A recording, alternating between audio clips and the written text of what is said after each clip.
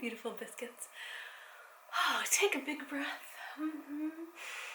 You are making it through October, which is always a crazy season because, at least here in the Pacific Northwest, it kind of transitions over from, sunny fall days that are crisp and cool to the dreaded dark winter beginnings where you go. If you're like me, you just look at a lot of Airbnbs and resort photos of Hawaii, daydreaming that you can travel. So I consider this kind of the beginning window of the seasonal affective disorder time, which I guess would be sad if you were going to include time, but we'll just call it the SADs. And I smile, I laugh so I don't cry. I completely get seasonal affective disorder, and you don't get it, you suffer from it. I guess I suffer through it. And I have found a few things that really help me, and also things that just, I haven't found that they work, but some people swear by them. So I'm going to talk about them all because I would like to survive this season without completely losing my mind. So things that I have tried that I think really work are vitamin D. Last year, because I was pregnant, I was just taking a lot of vitamin D. They said take a lot of this, it's good for you. So I have been trying to remember to keep taking my vitamin D, and I've heard really good things from relatives up here that also independently were taking their vitamin D, and we were all like, oh, have you heard of this vitamin D? And they all agreed. So vitamin D seems to really help. Upping my magnesium a little bit. I don't take a magnesium supplement every day. I think I talked about this maybe in my What I Ate Wednesday video, I want to say. But maybe I didn't go into detail. So upping my magnesium, doing a daily D vitamin is really good. I find that super helpful. Increasing my carb intake really seems to help me this time of year because I just need those extra carbs for emotions. I just do. They stabilize my mood. I really like to add in a little bit of skullcap tea to my weekly regimen. I don't drink it every day, but I find that it really kind of just helps keep me mellow and keep me from getting stressed out when I'm feeling a little sad, when it's all gloomy. I've tried the sun lamp things, and I have not found that they've worked for me. I don't find them particularly effective. I hear from people that swear by them and say it changed their relationship with the winter and fall season. I don't find that it does anything for me. I think that if you can, going somewhere that's inexpensive, so you aren't stressing your budget, but that's sunny, can be really powerful. Vegas tends to be really cheap. Arizona has really cheap things. Sometimes Florida does too. If you just need like a couple days twice throughout, like for us, I would say winter is 6 to 8 months, or the season that you're going to be all gloomy and sad on, so like 6 to 8 months. So in that period, I would say at least 2 little trips if you can. This year it's incredibly expensive to travel now that people can kind of travel a tiny bit more. So I don't know if we're going to do any trips. Last year we didn't because we were in lockdown. And this year I noticed that all the prices are 2 to 3 times what they would normally be for most like sunny weather destinations.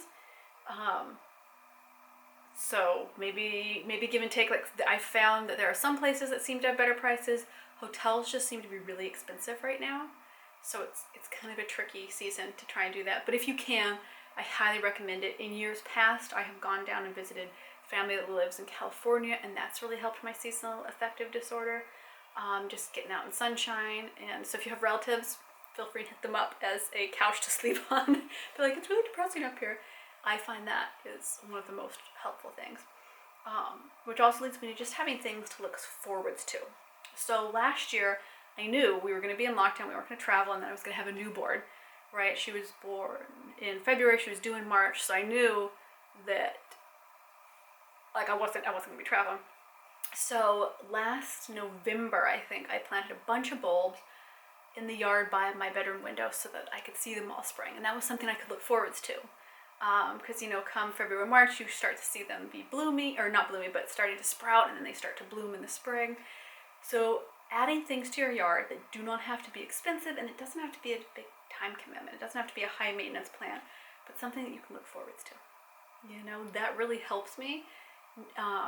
wintertime flowers. So buying flowers at the grocery store and just bringing them in, having them by your nightside stand, so that the first thing you see when you wake up and the last thing you see when you're going to bed, oh, beautiful flowers. That really helps me. I also like to add, and this is, I've never heard anybody else that does this. I have found this has really helped me. So I moved up to the Pacific Northwest, I don't even know how many years ago.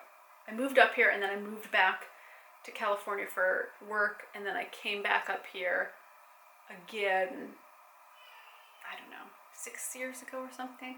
And I found I was doing this without even knowing it. I'm so curious. Tell me if you do the same thing. I add more spicy food in. I add more Mexican-American seasoning in. So I'll do more cilantros and peppers and salsas and hot sauces. And I will do more crispy fried fresh corn tortillas and things that just remind me of a little bit more warm, sunny weather. And I found this really helps me. So maybe I'll get some mangoes and some papaya and I'll chop them up. I'll do a big fruit salad. Things that can kind of trick my brain into thinking I'm either in a different climate or in a different season. It really helps me. Because, you know, you can't avoid the gray days up here, and that's true for a lot of places. If you do get a sunny day, and I'm guilty of not doing this, so this year I'm really focusing on it, is if you do get a sunny day, stop what you're doing, take a break, take a long lunch break, you know, push your deadlines for another day, take the kids outside, get outside in the sunshine for 2 or 3 hours, go for a walk, go in the forest, go to a park, you know, go sit by a lake, get some sunshine in, because it really will kind of fill up your cup need of sunshine and warmth, even if it's cold out, just to get outside. And that's something I've really been focusing on this month.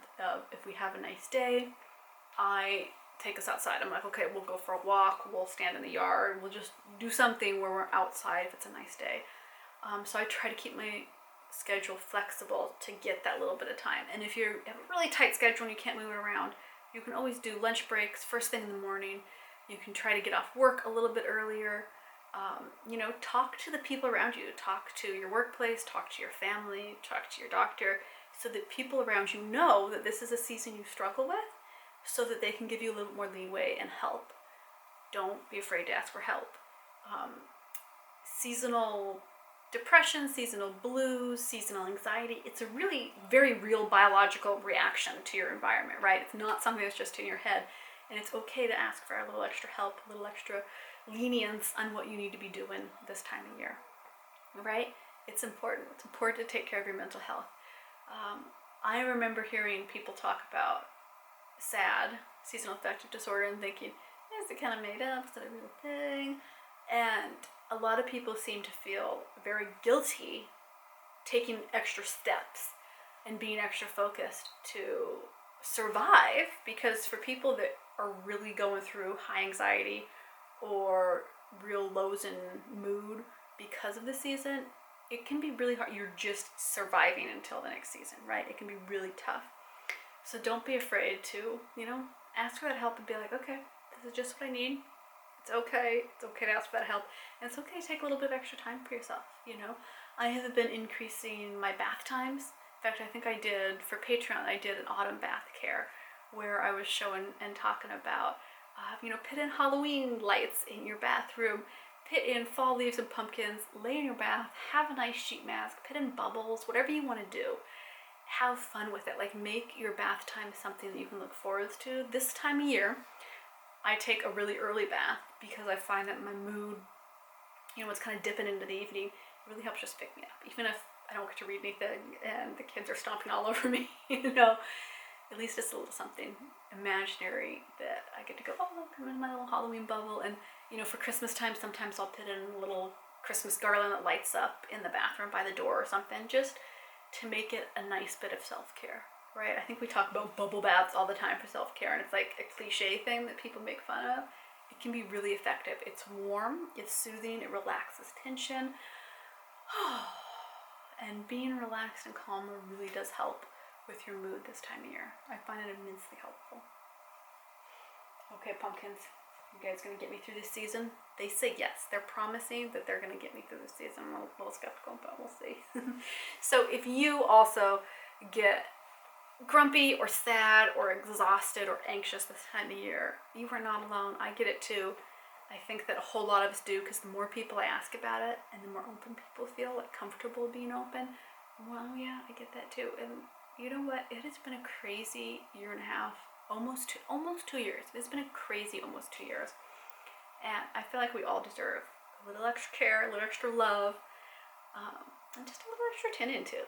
You know, like, don't feel bad as a mama or as a dad that you need a little bit of tending to as well. That's okay to have that on your to-do list. I always put it on my to-do list. I'm like, okay, you gotta take care of yourself. Put on a sheet mask. Okay. My son said the other day, we're always doing spa day.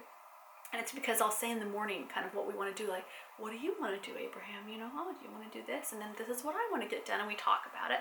And I frequently will say, like, Mom, we need some spa time. So apparently I've said that more than I thought I did, and he hears. Kids hear. Kids understand that their parents need love and tending to and self-care and mental health care. You know, it's really important to take care of ourselves. I can't say that enough. Okay, biscuits. I'm going to see you over on Instagram. Do you like the extra videos I've been posting? I've been trying to post a ton more on here and on Patreon, because I felt like I just wasn't posting as much. I've just been so busy, I cannot tell you. So I've been trying to put a little focus, because, you know, YouTube and vlogging is one of my favorite things to do. Okay, see you around. Big hugs. Feel good, and don't feel afraid to ask for help, to say you need it, and to realize and recognize in yourself, oh, you know what, my mood does need a little pick-me-up, and to realize what really makes you happy.